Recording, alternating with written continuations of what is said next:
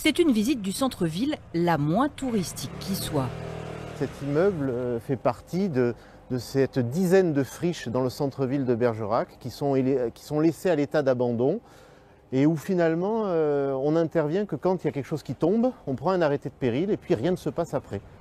L'opposant socialiste Fabien Ruet a recensé les arrêtés de mise en péril, les immeubles tout ou partiellement abandonnés. Résultat, selon lui, 700 logements vacants et du bâti laissé sans réparation potentiellement dangereux, comme ce commerce incendié il y a 9 mois. Ce n'est pas la faute d'un maire si les choses se dégradent. Par contre, que les choses s'aggravent et que rien ne bouge, on peut mettre en cause la responsabilité du maire parce qu'il a un pouvoir de police au niveau de l'habitat.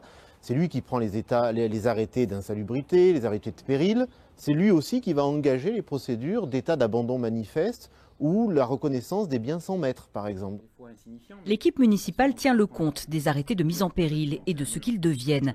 Rien d'exceptionnel dans les chiffres selon elle. Le maire réfute un abandon du centre-ville et de ses habitants, prenant l'exemple entre autres de cet immeuble de la vieille ville où l'on répare et l'on somme le propriétaire de payer. On voit qu'il y a de nombreux travaux sur la ville de Bergerac, que ce soit du bâti porté par la collectivité, par les promoteurs avec lesquels on travaille et par les particuliers. Suite au dynamisme qu'on a enclenché depuis 2020, on voit de nombreuses personnes réaliser des travaux.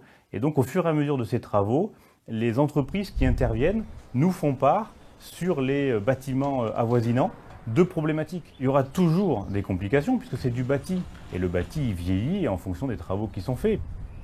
De vision de l'urbanisme à Bergerac, le thème fera sans doute l'objet de débats dans la future campagne pour les élections municipales.